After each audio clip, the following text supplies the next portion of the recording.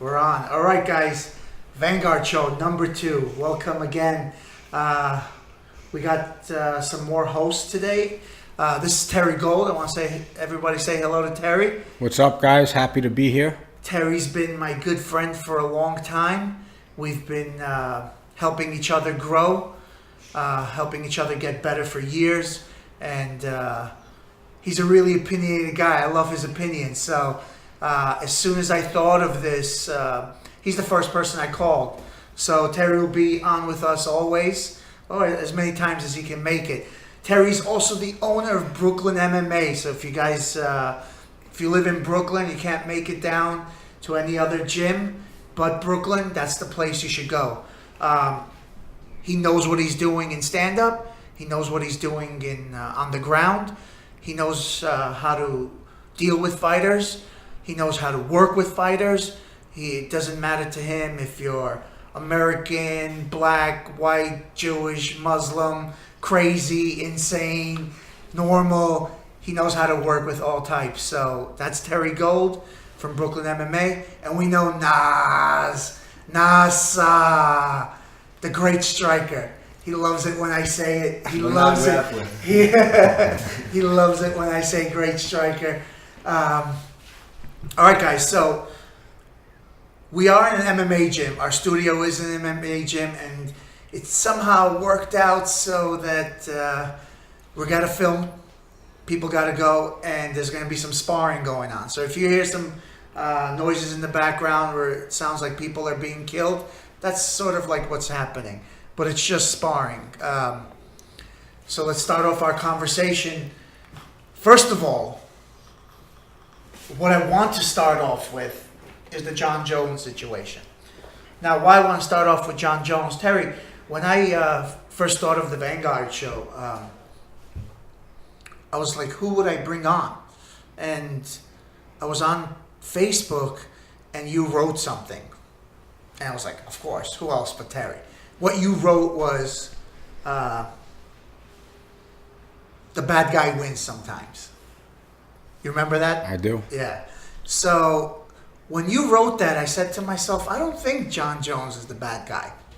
And I thought we'd be great at talking and healthy debate about certain things and how you see things.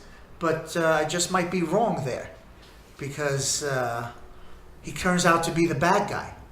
So give me your opinions about him and what we know lately. I mean, I have some more information that came up lately, and we can talk about it, you know? So tell me what you know and what you think and what your opinions about Jon Jones are. Jon Jones, where do we begin? Break out the cocaine. Let's do it. Let's start right the way Jon would do. Before we even get into Jon Jones, prayers go out to everyone in Texas and Florida. They're about to get hit with huge storm. So absolutely, guys. Prayers to everyone. Anything you can do, guys. Find some real organizations. Right. Don't believe ones that you haven't seen, and donate and help out. You know, whatever you can. Whatever the you Red could Cross, do helps. I recommend the Red Cross. They really help people. Shout out to Derek Lewis. Yeah, 100%. Derek Lewis, you're the man. All right, so. All right, back to cocaine and Jon Jones. Back to steroids and Jon Jones. Yeah. Cocaine, you know and I know, doesn't make you a better fighter. Actually, it would make you a worse fighter. So if you're winning fights on cocaine, I don't think you should be stripped of the belt. To tell you the truth. You might have a point with that. You know, smoking weed doesn't make you a better fighter. If you're smoking weed and you win a fight, you shouldn't be stripped of that fight. No. You know, those things don't make you better fighters. But we know, personally, I've never dealt with steroids, but we know steroids makes you better, makes you stronger, makes you heal faster, and that's really why they do it. I mean, MMA guys put so much beating on their bodies, and they're always looking for something to heal, and that's probably the best thing. But we spoke about something else last week, and we'll talk about it later. But I want to hear your thoughts, Terry. Let me know. What do you think about what went down? To be quite honest, he should never fight again. he really shouldn't. The risk he's putting his opponent, like you said, it is a performance-enhancing drug, unlike marijuana, which is not a performance-enhancing drug. But he's putting the people that he's fighting at great risk, doing tremendous damage. For example, let's say DC was able to take Jon Jones down and hold him down. Now Jon Jones is on a performance-enhancing drug. DC won't be able to hold him down. He just has that extra explosiveness in him. He has the ability to do things, and one of them is recovering throughout the routines and workouts. And it's just not fair, especially at that level, but in combat sports, no level it should be accepted.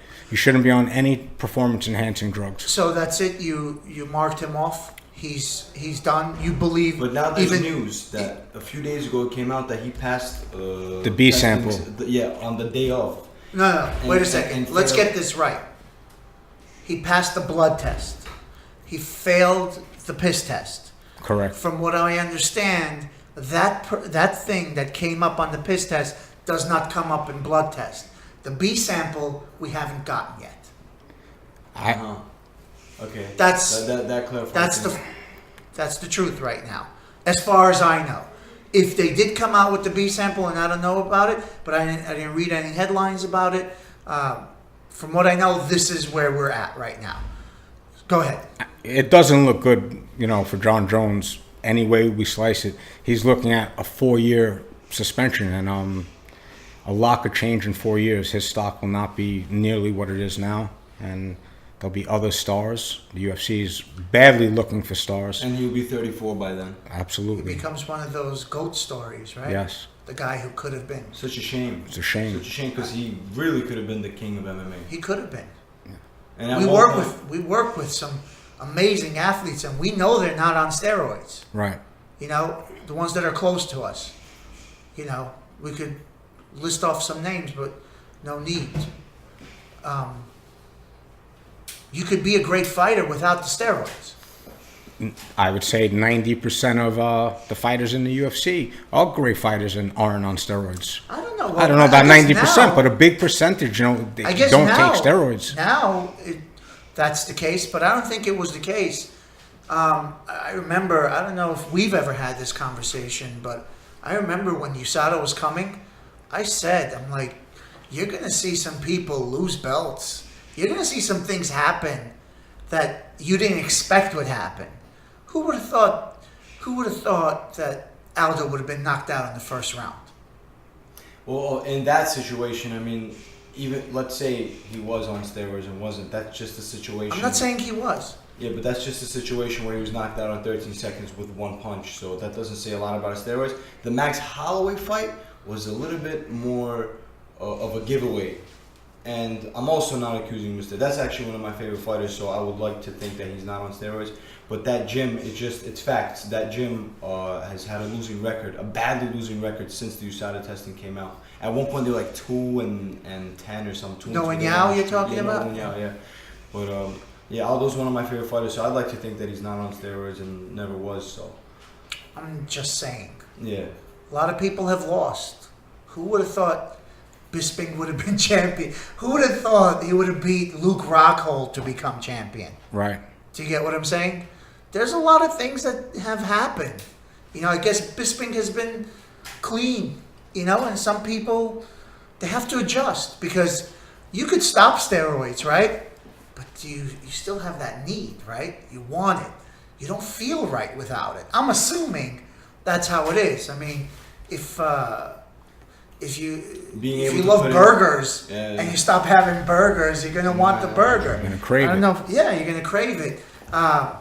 That's to basically appease appetite, but this is to appease, I guess, mental state, because it does help. If you feel like you're physically there, then mentally you become that too. But if you feel like you're physically not up to par, then you mentally break down. And when you mentally break down, you break down. So what about you, Naz? Do you count him out? Do you think that B sample is gonna be negative, and that's it? Yeah, I think this time around, this is just too much. This is not even the second time or even the third time. It's not steroids, but just something with this guy, you know. It's just trouble finds him, even if he's not. It's some kind of controversy finds this guy, even if he's not looking for it. So, you don't believe their statement saying that he was on Viagra, and Viagra has that thing? I don't know, man. There's too many athletes blame the same. It's the same excuses from different athletes every time. Steroids, and then they blame it on Viagra pills. You know, and it's just, we know for a fact that certain athletes are on steroids in the sport. So there's guys that admitted to it. Vitor Belfort, Dan Henderson. There's guys that admit it. There's guys that need it at their age and at their point in their careers. They need it. And so guys being busted on steroids is not.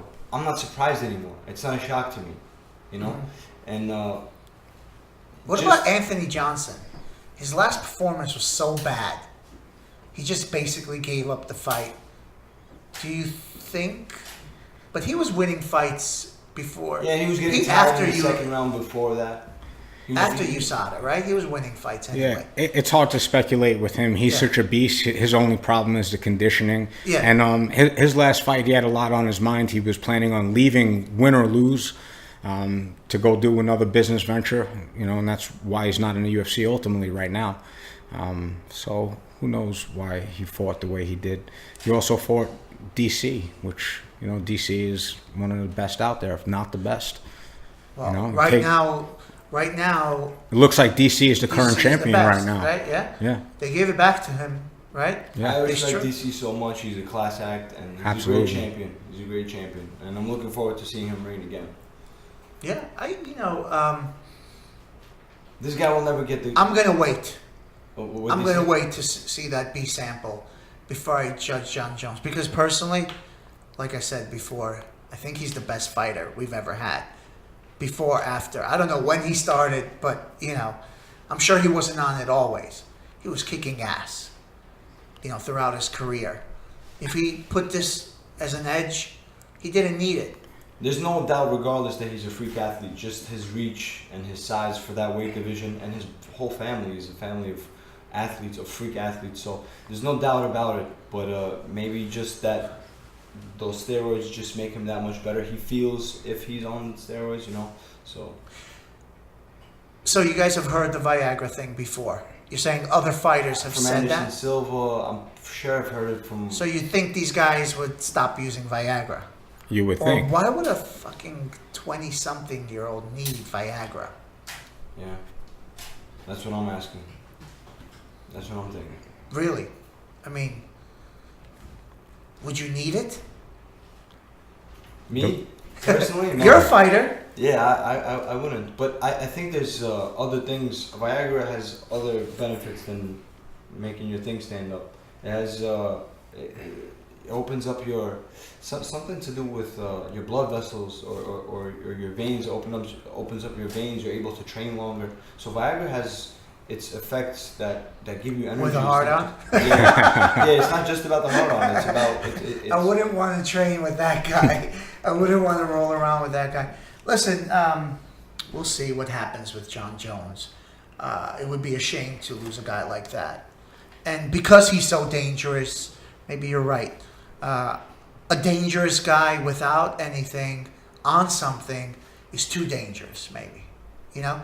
Because remember when not just in the last fight, but every time he gets you down, his elbows are as long as arms. So when those elbows come, I almost feel bad for the person who's receiving those elbows. They're coming with such ferocity that I'm like, whoa, how can you even get that much speed? But his elbow is as long as, you know, a normal person's arm. It's like, it's almost scary. When I saw him raining those elbows down on DC, I just wanted it to stop. It's just so vicious. When to me, does a guy like that need to be any more vicious? Look at the Rashad Evans fight. He was almost jabbing him with elbows. Yeah, he was jabbing. It was like, boom. Yeah. And, you know, that's the thing about Jon Jones. He's always changed his style. He never fights the exact same way. He has some things, but he always has these new tricks that he uses that he feels would be right, or the camp feels would be right for the show. I'd like to meet Greg Jackson one day. They say that this guy is something else. And from what I've heard, interviews and things like that, I really do believe that he's an intelligent guy. And, he's so humble. I mean, have you ever heard him talk? Yeah, absolutely. All he ever does is tell you how great his trainers are, that they know more than him, and everyone tells you how he comes up with the game plan. He reads, Art of War, philosophy books, and just things like that, and he comes up with game plans. And that's why he reads knows. and understands people, and at the same time, he's so humble, he never makes it sound like he's the man. I think with a guy who's humble like that, really has something to offer. And that's why he knows what the athlete wants to hear in the corner, and coming out all the way from camp. I've seen tape on what he's saying to the guys as they're training to push them. I took something. To the corners in between rounds. So I took something from them, watching them on Ultimate Fighter and things like that. I noticed that it doesn't matter if their fighter's doing well or poorly. He always compliments his fighters so that the judges can hear. That's a tactic. there's round one, by the way, of this forum. But that's a tactic. That's pretty intelligent, because I'm looking at the fight, and what he's saying is not what's happening, but I guess he's psychologically. That's what he's doing. He's one of the best at. He actually calms you down, whether you're up or down. He's relaxing you during that time, and that's really important. He knows his fighters, but he knows how to relax them, no matter what type of again, whether they're up or down. He knows how to calm them and make them come out fresh again. So he's definitely one of the best coaches in the game. He is. They don't call him a scientist for no reason. And I know how they have a great camp, but let's talk about someone else from their camp. I wonder why. I mean, from what I understand, Brandao is also from that camp. Oh yeah, but I think their camp is one of those camps that's so big, they don't always get the attention. It's not always the same coaches. I think fighters have their own little cliques. I think some fighters don't even see each other in the gym because they have their own set of coaches. I think that might be the case in ATT, because I remember top team for sure. I remember Woodley saying that when he was fighting Lawler, I remember him saying, "I don't even see those guys. I don't even see Lawler. We've never even." I mean, that's the case at most gyms when you have people contending in the same weight class. Right. It was no different when Costa Philippou was with Ray Longo, and you had him in that weight division with Chris Weidman. They trained at different times. Right. They never trained together. That kind of makes sense.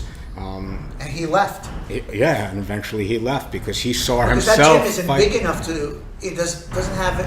It's Ray holding that fort down. He has some guys, but he doesn't have that much. No, what it is though, he was at the time. Philippou was maybe 3 or 4-0 in the UFC at 185. Weidman's already the champion, Right. And he sees himself fighting him, so he left. That's what I heard from people. I'm not 100% on that, but I did hear that they never trained at the same time. They didn't spar together. Yeah. They saw each other fighting each other in the future. My guys train with the Belmore guys. I never had a real deep conversation with them about it. I just don't think it's the sort of thing to talk about. If we ever bring them on the show, we'll go in deeper on that. But listen, something did happen. They weren't happy, but I don't think that Winkle something, right? Yeah, Winklejohn. Winklejohn is big enough to do that. Can they have their own cliques in that gym? They do. No, they do. I'm sure. They Yeah, do. Greg Jackson's. Yeah, I'm sure. You have to understand, they have over 100 professional fighters. They have a huge stable, but don't discount the amateur team. Don't think Greg Jackson and Winklejohn could be at the UFCs every weekend at these big shows and also be at the regional shows. They have coaches Gibson, the striking coach. Right. And that was Brandao's Izzy, situation. Yeah, they have Izzy, the wrestling coach. They have a ton of coaches. They have Harry St. Ledger and all these guys. I mean, they take on other fighters, not just the biggest guys from Greg Jackson's, but those big guys or girls. Holly You know why I Holm. brought up Brandao? Why? He just fought a day ago. Last night? Oh, yeah. No, it wasn't Russia. last night, but yeah, Yeah. Russia last Yeah. night. That was Brandao's case, by the way. Going back to that, Greg Jackson wasn't even in Brandao's corner. So yeah, that's a good point. I think he had one of his Brazilian buddies there. he had coaches. Are you sure he's still with them? Yeah, he is, because he shouted them out. I think it was at the weigh-ins or something. All right, so he just had a fight, and it was one of the most disgusting fights I've ever seen. No, it was a good fight. No, I'm talking about something else. It's just the way he reacted. He almost got away with a win early, but he couldn't capitalize on his left hook. And then he started losing the fight. And he couldn't even bring the guy down. And then eventually when he brought him down to his guard, he couldn't do anything to him because the guy had hips, he understood grappling. And so he bit him.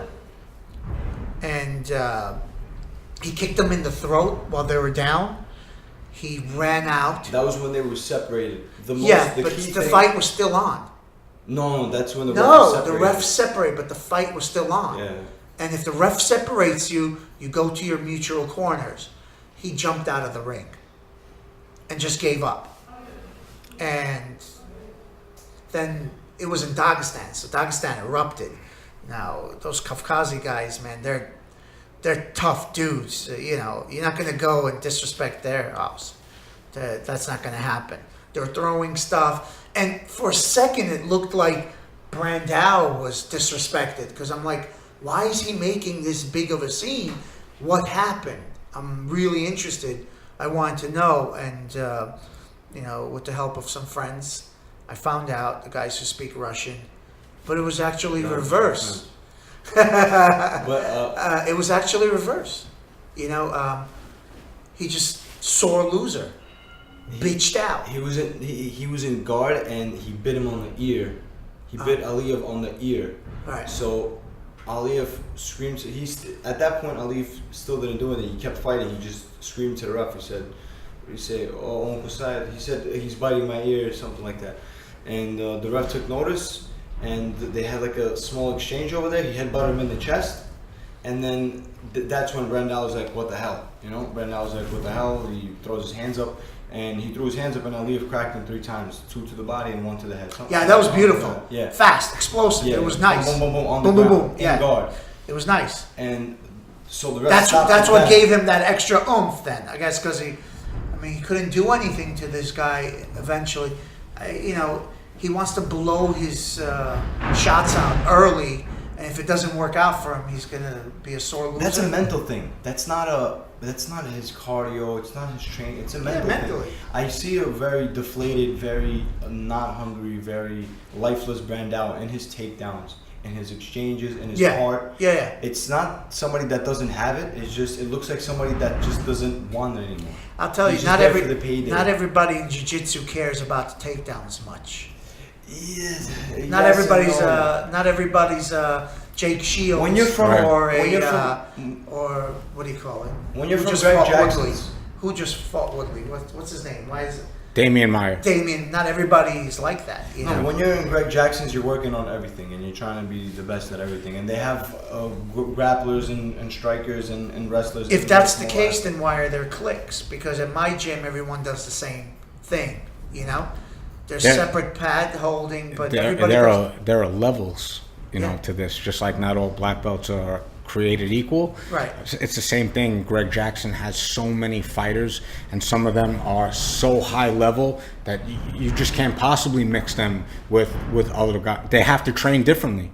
They have these big world championship fights, 5-round fights coming up, and amateur guys don't, or a guy on the prelims doesn't. He's training for 3 5s. If other guys training for 5 5s, they need to break it up. Yeah, I understand, but listen, if you're not a great takedown guy, I'm putting you in there with my top guys. Well, that's different. I mean, just to drill wrestling, you have to go with the best wrestlers. You have to show up and do it. And I've done it. It's not like Brandao hasn't displayed good wrestling. It's not like he's never good displayed. Oh, you think he just doesn't have the will anymore? I mean, look at his UFC career, early UFC career, from the Ultimate Fighter to his first, I don't know. Maybe he just never had the discipline. He was always a wild. Maybe that's what it is. He was always a wild guy. Maybe that's. He just doesn't have the discipline. But at one if things don't go to his way, he just fucking cries. I watched him fight in Boston live. That's when he was at his best. That 2-3 fight stretch, and I think that fight was like in the middle of his little run. That for me, I watched him. I kept up with him since the Ultimate Fighter. He's improved from the Ultimate Fighter, and then he just started going backwards to what he is today. But that little run that he had, he showed traces of a scary fighter. Heavy hands. He was throwing the right combinations. He was wrestling at the right time. Takedown defense, jiu-jitsu, everything. So he was way better than what he is today. And why I say he's deflated, a deflated version of himself, is because of the lifeless takedowns, no takedown defense. Doesn't even attempt to defend the takedown. He's just falling on his back. And it's not Damian Maia that's a jiu-jitsu specialist that some people can pull guard. Some people won't waste their energy on takedowns because they feel totally comfortable in the guard. You know. Listen, I don't know what's in his mind, but. Yeah, I think he just doesn't have the mental discipline. He has the mental fortitude, but if it doesn't go his way, he just breaks down. You know, discipline. You know, when things are tough. What about Darryl Elkins? He was getting his ass whooped by a tough dude. That guy has a future. He's probably a future title contender. Or 100%. Yeah, that guy's serious. And he came back. That's discipline. You know, you don't always have to be the better tacticianer to win fights. You know, he came back, and that's discipline. And you know, those are fighters. You know, I read something from Bushido the other day. Warriors aren't always the ones who win. Warriors are always the ones who fight, and that's true. That's how fighters should look at this thing. I mean, Brandao's not a good example. Now, most people aren't like Brandao, but that was a pretty dick move on his part, if I may say so myself. I'm trying to keep my curses down, but I think that was my first curse today. So let's talk about an upcoming fight that people aren't talking about so much: Luke Rockhold and Dave Branch. Because nobody knows who Branch is. No, but they should get to know who Branch is, because Branch is. Luke Rockhold, we know who he is. We know what he does. Let's talk about that. Go ahead. But David Branch, in my opinion, is another one that's future title contender or maybe champion, and he's complete. He's tough. He's big for his weight class. If he beats Luke Rockhold, two-weight champion in WSOF. Oh, everyone will know who he is. Absolutely. Listen, Whitaker. Not many people were excited about him, and nobody ever thought he'd accomplish what he's accomplished. I did. That's the future. Yeah. You thought that? 100%. I was telling people in my gym about him. No one knew who he was. Yeah. But yeah. I saw some bad performances. I made nice money on him. With him. Yeah. I think that way of David Branch. I have high expectations, high hopes for David Branch. So you think these guys are going to break down the guard? So Dave Branch is extremely talented. He's very tough. I had him at my academy before. He's a really good black belt. Again, all black belts aren't created equal. Right. He's a high-level black belt. High level. High fighting IQ as well. Yeah, he has a really smart IQ. He knows the game, but he also has really good boxing, which, as far as I'm concerned, a guy with good hands and boxing will always beat a good kickboxer, I think, in MMA. And Branch has that, but he has a real big test with Luke Rockhold, because you're going to see a hungry Luke Rockhold coming back after getting knocked out from Bisping. So this could be one of the best fights, or a really boring fight. But I think it's going to be a really good fight. I look forward to it as well. I don't think it's going to go to distance. That is a fight nobody's talking about, but I look forward to it. From both ends, I like Luke Rockhold and David Branch. Okay. We'll see. We'll see how that turns out. I think that Luke Rockhold is a better fighter than he showed in his last fight. Absolutely. I think he's gonna. I mean, everybody gets clipped, right?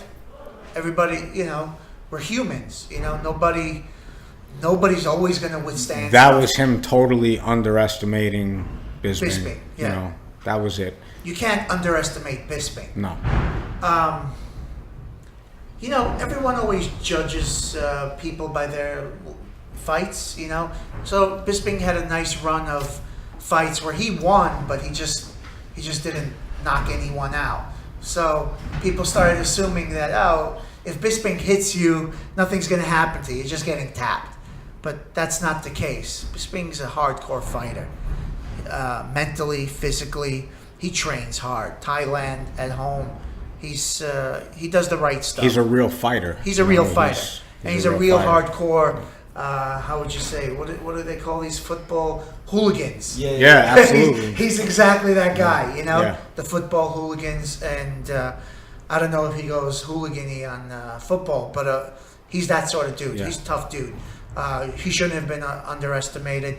And I believe he was clean his whole career. I think it paid off for him. I believe so. An interesting setup of the middleweight division is about to happen because we have this fight, Luke Rockhold, David Branch. I'm sure that's going to bump them to title contention or somewhere in that picture.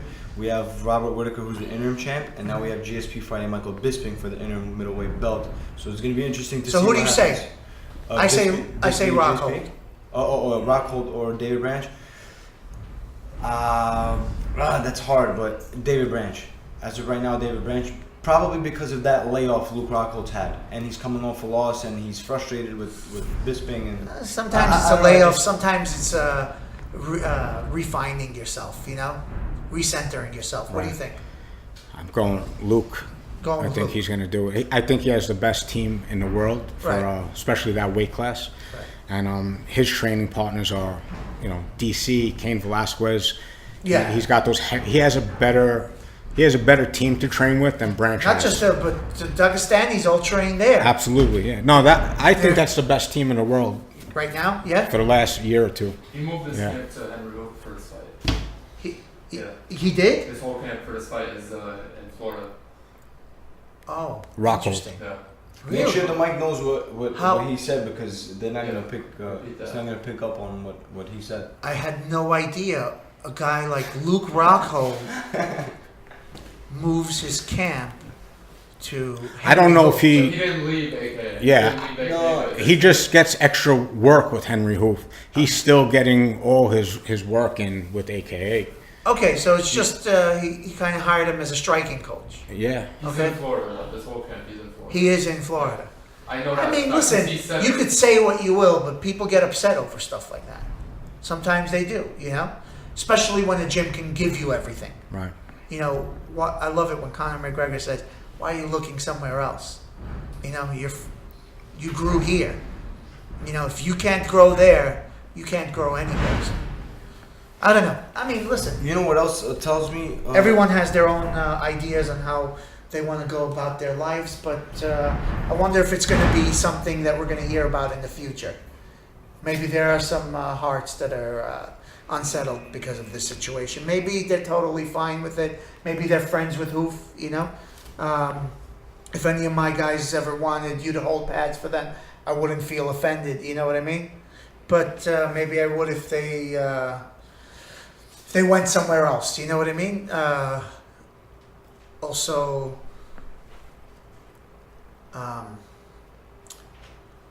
Uriah Faber got really upset when Dillashaw left. It was a tough thing for all of them to handle because they were a tight-knit circuit. You can understand, you know, both sides, where one side says, you're part of our team, we raised you, we brought you here, and you leave us. And then the other side is Dillashaw says, "You're great. I grew up here, but this guy took my striking to another level, and that was my missing link. And I have to go with him." That's a risk that any owner of a MMA gym or head coach takes Everybody. when they hire another coach. Yeah. You know, your students, your fighters could take a real liking to them, and if that person decides to leave, move, open up their academy, you know, that can always happen, and that's exactly what happened. It all depends on what's happening behind the what scenes. side do you take? There's on no that? side to take because it depends what's happening behind the scenes. If we don't know what's happening behind the scenes. The fighter could have been treated like dirt. So you can't misplace your loyalty. I like to say. Dillashaw being treated like dirt. Okay, not like dirt, but there's certain things that could have pissed him off. There's a certain feud or beef he might have had, or maybe he just had a great connection with Dwayne Ludwig, and he just simply had to do it for his career. You know, he had to. He had a connection with Dwayne Ludwig. He's won the belt with Dwayne Ludwig, and he wanted to do a camp. He never said he was leaving, but he wanted to do a camp with Dwayne Ludwig for that fight. But these guys ended up kicking him out because they were offended that he wanted to go out to Colorado for Dwayne Ludwig's camp. So I don't know if it's called kicking out. He moved over there, Yeah, right? I don't think there's more to that. He was paid. I forgot the name of the facility. That's it. Muscle Farm. Yeah. He was paid by Muscle Farm to move out there. Yeah. Also, Ludwig was opening up his academy out there and Yeah. wanted to live out there. You know, he loves Colorado. He loves to smoke weed. God bless him. You know, he could do both of those things in Colorado. That's where he went, and TJ followed him. So it is what it is. Where I wanted to go was let's talk about Mighty Mouse, okay? Him and Borg. And this guy, I don't know why he can't get any respect, not just from Dana White and the UFC, can't get any respect anywhere, you know? He's not a big draw. I'll tell you why. Tell me. I'll tell you one of the reasons why. You were talking a lot about how great Jon Jones is. Yeah. He's great, but I don't think he's one of the best fighters. I truly don't. I think there are a lot of guys that are way better based on the competition that they beat and how they beat them. And I don't think Jones is one of the best. I think Mighty Mouse, although he's not my favorite fighter, is the best fighter in the UFC currently. His victories are flawless, right. And not only does he finish everyone, but he constantly... Except his last one. But yeah. Except his last one, but he constantly gets better. Doesn't matter if you're like Henry, like a world-class... You could be an Olympic wrestler. It doesn't matter. He'll beat you in the clinch. He'll take you down. If you're a world-class striker, he's going to outstrike you. Right. He just is one of the... And he's the best scrambler, hands down. Yeah. In any weight class to ever fight in the UFC. Yeah. I But agree. you look at a guy that he can't sell a fight to save his life. Right. If he does have anything on social media, it's about him playing video games. He's not building a business. He's not building a brand. Unless he's not a getting businessman. paid by these video game people, which... Getting paid by him. Yeah, you know what? Then so be it. He's getting paid by video game people, but he's not getting the respect in the fight world. Xbox, right? It's called Twitch. It's a live streaming thing. Just in case you guys are I wondering who we're actually- talking to. We're talking to R10, I want him to bring up an interesting point. our engineer, I want him to our bring man up- who controls us all. Come say hello, R10. No, Let him bring up an interesting point about Mighty Mouse. What we always say about how people dream Influential? to be, Okay. This is actually a really interesting point. Him and I discussed this before, and it's an interesting point as to Sit why down. Mighty Mouse might not get the logo. Sit down. So my whole thing with like being a draw, I don't think it has anything to do. Obviously, you have to win fights. That's at the end of the day, that's what is Go, important. But I think you have to be influential, and people want to be like you.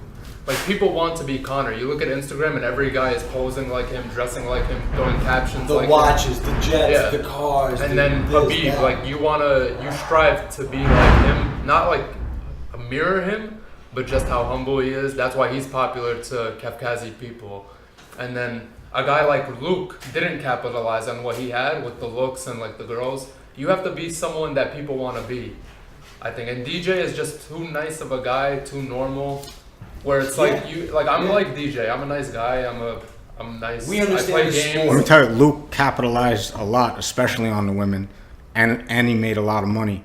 He could have a lot more, like on his Instagram. At least on his social media, at least to us, to the naked eye, to the fans. He could have on been like the Instagram. pretty boy, you know. Yeah. But he didn't have. But he started like at one point there was like a switch, and he started preaching this believe, achieve, and all this stuff, and it felt out of character. It didn't sound like he believed it when he said it too. He was like he said it under his breath. And it was like awkward. There's like an awkwardness when the camera went on him. But when he had that thing with the girls, and then he posted the picture with the belts, had a threesome. I said that's him, and that was cool. Look, people like bad people nowadays. Exactly. That's what it is. That's why people like Jon Jones and people boo DC. That's why that's what it is. They like people Especially like bad. People always like bad people. Always That's like why WWE made so much money. Yeah, I think. Okay, that's it. So DJ just isn't the guy. He should be a person that we all strive to be, but he just, in this day and age, teenagers, people in their 20s aren't looking at him like, oh, I want to be like him. They don't look up to that pot like somebody like DC. But Exactly. like DJ could have been like a little gangster walking around in suits and. But that's not him. talking He shit. can't- But that's not him. That's not him. I'm gonna play devil's advocate here. What I think now, it's the Kendall? same What? thing that's been happening throughout history. Weight makes a difference, all right? Heavyweights make a difference. Heavyweights have always been something people like to watch, okay? Yes, he doesn't have the bad guy attitude like Conor McGregor and stuff like that, but no one really cares about lightweights. They never really have. It definitely has to do with the size. You're It right has about to do that. with that. But you know what? I've been to you've been to UFC fights. Of course. Now it depends on where you're sitting. If you're sitting up front, you're sitting with people who are close to the league. They know people. They understand. But if you go back in the nosebleed sections, there are some fucking stupid MFs that have no idea about For fighting. sure. And Oh my god. they have no respect for a great fighter like Mighty Mouse. He is an amazing fighter. I agree with you. He's up there with Jon Jones. I think he's amazing. On top of it, he cleans his fucking gym. Oh, I'm cursing. They're gonna like you more because you're cursing. Yeah, That's what people like. He cleans his gym. You know? He cleans his gym. He's a champion. No one has even come close to beating him, and he cleans the gym like he's some new kid who just started. Yet you have guys like Nick Diaz that aren't even active, that smoke pot all day, and they have a cult following, and I'm one of them. Right. He's one of my favorite fighters. Right. You know, but There you go. there you go. There you go. DJ is a great person. He's an amazing So what fighter. does that say about He's our not society? sellable. Do you guys think that that's Oh, an era? our society, we're done. Do you guys think that that's We're an done. era that we're going? That's a phase that we're going through, or do you think it's always been? No, like it's that? always Been like that. It's always been like that. It's just our society. What about GSP? Has You it know, said- how does it- has it said a curse word? we'd rather. It's always been like that. People would rather love the idea of things than love the fact. You know, and Demetrious Johnson is a fact. He's amazing. He's fact. He's an amazing fighter. He's an amazing person. He's an amazing individual in all aspects. So here's the thing. People don't care about DJ is so nice, his opponents can't even find it. They can't even find it in a way to talk shit. Right. Where you just mentioned GSP never cursed. He doesn't have to. All his opponents Right. curse. They all, Nick Diaz, whoever it is, they all are going, they're all GSP won selling the fight. fights. GSP doesn't won have to sell the fights. fight. His But, opponents sell it. If GSP was around today, maybe he wouldn't have that much success. I disagree. I think if you're a He powerful fought different person- caliber of fighters. So I disagree. at the time when GSP was relevant, he was the best fighter of all times ever to do it. I understand, but He beat guys, even though like he didn't finish his last couple of fights. The reason why is look at the guys that he was fighting. right. Those are the best in the world, and they were very hard to finish for a reason. I think a lot of those fighters were one-dimensional. I don't think they were the best in the world.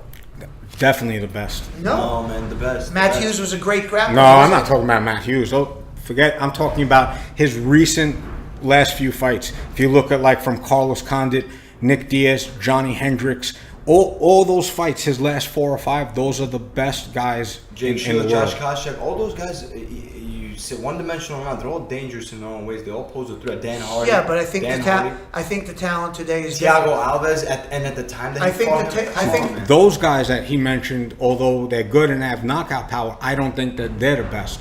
I think like a guy like Diego Alves, which is an amazing striker. Who's the other guy you just mentioned? Jake Shields. No, Dan Hardy. Those guys, although, see, that's what I mean with levels. I don't think that they were top 5. I think they were top 10. Top 5 that could win a fight on any given day are guys like Carlos Condit that, almost, he did drop GSP in the 3rd round of that fight, almost finished him. Or if Jake Shields does get you down like he got Maia down, he's going to win. That these guys, Carlos Condit was the beginning of the new era, who can do a little bit of everything, but he lacked in his grappling. But that's the thing. He didn't lack in his grappling. If you look at his fights in WEC and other places, he finishes by submission. Now, when you put him in the top 5, when you put him in the top 5 with guys that have world-class wrestling like GSP or Johnny Hendricks, see, a lot of people think Carlos Condit doesn't have grappling. But you're looking at his losses. In comparison to who? GSP, Hendricks, and the champion. Who's the champion now? At 170 times. Yeah. So those are the 3 people that made Carlos Condit look like he didn't have ground game. Those are the 3 best grapplers in the UFC. Who was his last fight? Listen, that's also... Who did he lose to? Who? Tango. That's Carlos... Maia made him look terrible. He made him look horrible. He made him look horrible. Yeah. So there you go. Listen. But Maia's one of the best in the world, though. Maia's one of the best He's top in the world, 5. but has a weakness, right? That's what makes GSP so special, though. He's also, you could say, he was one-dimensional. Came from a karate background. No, he wasn't that one-dimensional. No, he was the most complete fighter. Because he had great striking. That's why he. That's what. And he added great wrestling. That's what made him on so top special. of it. He was making. Things. So then you're agreeing with me. He's the most complete fighter in UFC You're saying history. he didn't fight the best. That's what I'm disagreeing. I'm saying that the talent around wasn't the best. No.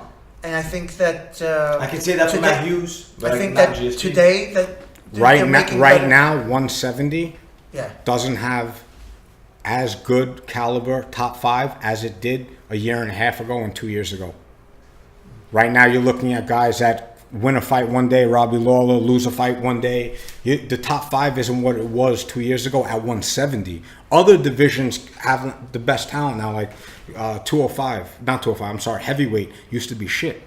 Used to be just a bunch of fat slobs. Now these are some of the most talented guys. 155 is super tough. 55 is super tough. And a lot of guys don't even know a lot of guys that are coming up. When GSP was around the 170, we got to talk about. Oh, yeah. when GSP was around 170, guys like Koscheck, Fitch, you had really the top That's guys another at guy, 170. Koscheck. Hit or miss. He was always hit till Woodley knocked him out. What do you mean? He gave GSP his toughest fight until Hendricks. I mean, on any given day, So Koscheck, he was on a hit day. He lost.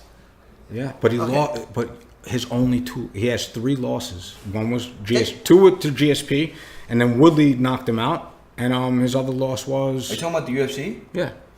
You're talking about his losses only in the UFC? I want to talk about something way more than that. I want to talk about something controversial. So let's slip in Taisumov, okay? Before we go on to the controversial thing that I want to talk about today, and we're going to end the show on the controversial. But let's talk about this guy. He's amazing. On his first fight in the UFC, Who are we talking about? Taisumov, right? That's how you pronounce it. Mairbek Taisumov, yes. Yeah, the guy is a killer. He is unbelievable. He could leg kick you to death. He could head kick you to death. Is this the guy that fought last weekend? Yeah. Okay. Yeah, he's a Chechen. He's unbelievable. I saw him. Do you think they'd put him against someone like Nurmagomedov? Would they? To actually say, all right, this is the top Kafkazi guy. Do you get what I'm saying? They don't want to fight each other. They stated that publicly before. They don't want to fight each other. Oh, that they don't want to fight each other is one thing. He looked They're going great. to have to fight each other if it comes down to that. Look, he looked great, but that was his first fight in the UFC. What? That was his first fight in the UFC. He looked great, but let's see how he looks when he fights again.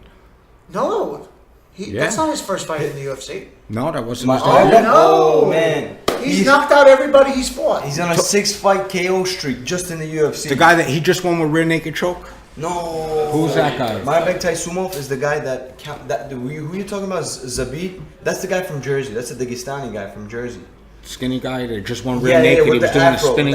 No. I'm talking about the guy. I'm talking about the guy that's like a tank out. 55. Okay, yes, yeah, okay. 155. You know, he looks. He's got that beard. That guy's Dagestani that you're talking about. Yes. Zabit. That just fought. Yeah. But they fought on the same night. Him. That's the thing. They fought on the same night. Mairbek is a different guy. He's 155, stockier, and one with a counter punch. One punch KO. He dropped the guy, and it was a minute and a half. The guy's a beast. Minute and 24 seconds. The guy he fought, he was not Maybe ranked. they don't have to fight each other now, but I think he's title contention already, and so is Nurmagomedov, and I'd like to see them get it on. Mairbek hasn't fought anybody in the top 15. He's been fighting. What are you talking? I'm talking about Taisumov and Nurmagomedov. Yeah, but you're saying that he's already title contender. He's not. He hasn't fought anybody in the top 15 yet. They're not gonna bring an unranked guy to fight. That's what I'm saying. Let's see who he fights.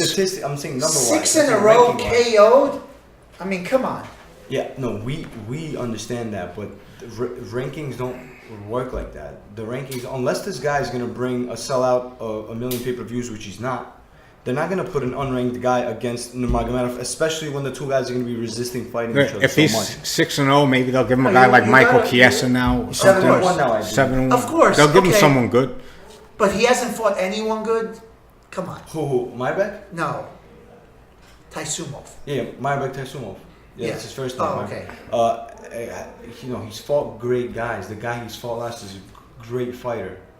But I'm saying rankings wise, you don't just bring a guy that's not even ranked. So that's not in the top 15. Why aren't they giving him ranked guys? Because now the guy is amazing and he needs to show it off. Maybe now they will after a win like that. That's not his fault. That's not his fault. Yeah, but there's some guys who have 3 fights and they make it to the top 5, like Jimmy Rivera. That's you know what I mean? That's some guys. Mairbek isn't that guy.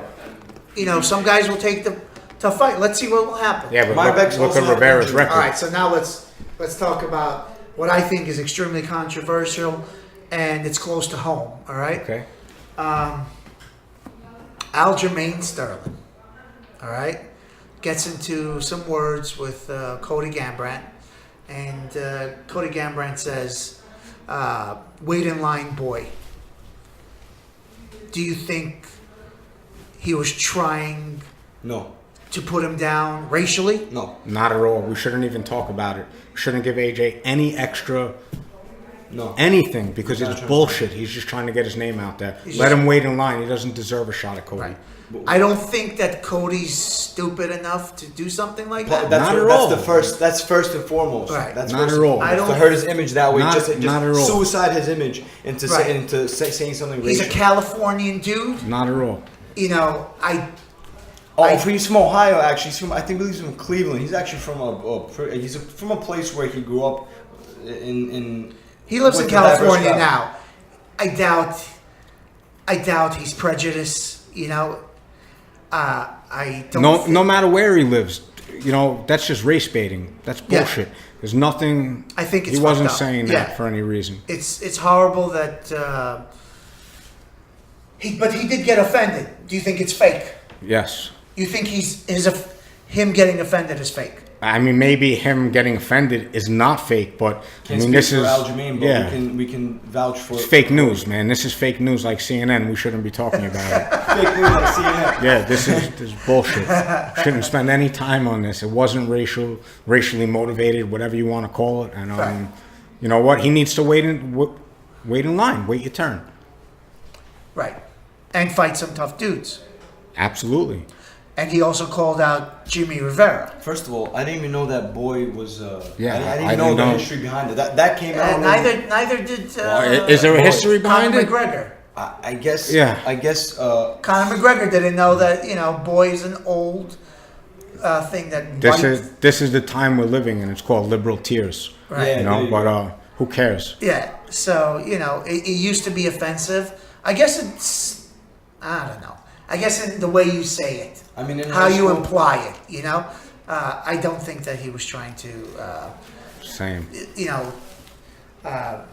denigrate his, what would you say, the color of his skin. I agree with you. I don't think that's what he was trying to do. I don't think he was trying to say that, he's superior. Actually, right now, he is superior. He's the champ. But not because he was born that way, because that's where his skill level is. He's superior in the rankings. Yeah, exactly. He's superior in the rankings, and he's a great fighter. He hasn't lost, and he's gone against the best, and he's killed them all. Yeah. He's killed them all. I mean, this guy is something else. He'll outmove you. He can outgrapple you. TJ versus Cody. He can. That's going to be a great fight. TJ versus Cody is going to be. I think Cody's gonna take it. No, I mean, just the way the guy is, man. I mean, did you see that hand choke that he put on his neck? He just with that hand choke. But did you see TJ's last performance? It was. It just shows you what type of. He's a killer. Did you see TJ's last performance? TJ Dillashaw is a fighter. He's a. Who did he fight? He's an athlete. He's an John athlete. Lineker. Yeah. Complete shutdown of John So- Lineker. He Jiu-jitsu, wrestling. He reminded me of GSP, showing it all. Yes, that's exactly He put what on I a said. perfect display of MMA. The only thing, though, But this Cody's guy not can do it Lineker. too. Yeah, that's true. Cody's This not guy Lineker. can do it too. That's the thing. Like, if you look at the way he fought. He perfect, outclassed Cruz. Dillashaw Right. didn't. He didn't Correct. outclass. He didn't outclass. He outclassed In him. certain exchanges, In certain not exchanges. Throughout, not throughout the duration of the fight, not throughout the whole fight. Yes, throughout the whole fight. No, not throughout the whole. Throughout the whole fight. How did you score that fight? I had it 3-2. I don't remember how I scored it. I had it 3-2. I think It was the close. difference- I think there was not a doubt in my mind that he won that fight. It was close. And in strong fashion. The difference in this fight, I think, is going to be Uh-oh. takedowns. Takedowns. I think takedowns will be the difference. I think TJ will be able to push This guy the can wrestle. takedowns more than Dominic. This Is that guy who you can think is wrestle. going to win, TJ? No, I don't know who's going to win, and I'm not calling it yet. I don't know. This guy can But, wrestle, and you know what? He took Dominic down. Dominic took down what do you call it? Dillashaw. So I totally disagree. I don't think it's even going to be a close fight. I think he's going to outmatch him just because of his aggression. We will They're see. both athletes, okay? And I think that Dillashaw's a great fighter, and he's a phenomenal athlete, but he just doesn't have that killer factor. Right. He's not a killer, you know? You don't need to be a killer. Of course you do. GSP didn't have that killer factor, quote unquote, either. And we spoke about that. I don't think he had the talent. He grew a different way. I think the guess that's talent just today us. is different. Listen, That's just us having different opinions. if you can have a high fight IQ, great athleticism, be able to do it all up and down, and you're a killer, he's a killer. He's a He killer. walked through who I thought was going to be the next champion, Thomas Almeida. Okay, well, I thought this guy was going to be a champion. But stylistically, that fight was through a bad him. matchup for Almeida. He just embarrassed him. Listen, of course I can be wrong, but that's just my opinion. That's just my opinion. I'm giving you the reasons why that's my opinion. It could be that. Listen, Aljamain also. Gotta go. Yeah. All right, we'll end this real soon. Aljamain also called out Jimmy Rivera. And Jimmy Rivera wanted to fight him in the past many times when Aljamain was in the front lines. I would like to see that fight. You would like to see it because it's home, but Jimmy's not going to give it to him. I think that he needs to fight better competition, Aljamain. He needs to put himself back on the map and beat some guys in the top 10, top agree. 5, and then maybe he can earn that fight. But right now, I think he's trying to bait Jim just like you think that Yeah. he's trying to bait him into racial Yeah. racial baiting. So listen, I think it was a good week. There's so much to talk about. Maybe we'll talk about all these fights that happened. Struve lost. Struve lost. This guy, what do you think about his performance? Volkov? Thumbs up or okay? What do you think? Volkov? Yeah, Look great. Thumbs up. look great. Thumbs up. Thumbs up. Thumbs up. All right. There's a lot of good guys on that show on that night. Heavyweight needs that. They need another guy. Whether he's going to be the champ or he looked like the champ. I have a heavyweight. I can't even get him a fight in New York. You know, it's hard. Tough, yeah, it's tough. It's tough. It's tough to find these guys. You would think they'd be looking for more Right. heavyweights, and we can't find any heavyweights. But listen, guys, great show. Thank you, R10. Thank you, Nas. Thank you. Thanks, Terry, you're a natural at this. Look at you. This is his thing. You're meant to do this. Good job. Thank you. Thank you. We do. I think once we get ourselves out of technical difficulties, because I think the camera is shut off on us at times. Once we get ourselves out of that, I think we'll have a nice flow. Smooth sailing ahead. All right, guys. All right, gentlemen. Thanks for joining us for the Vanguard show, and we'll see you next week, next Tuesday. See you next Tuesday, guys. See you guys.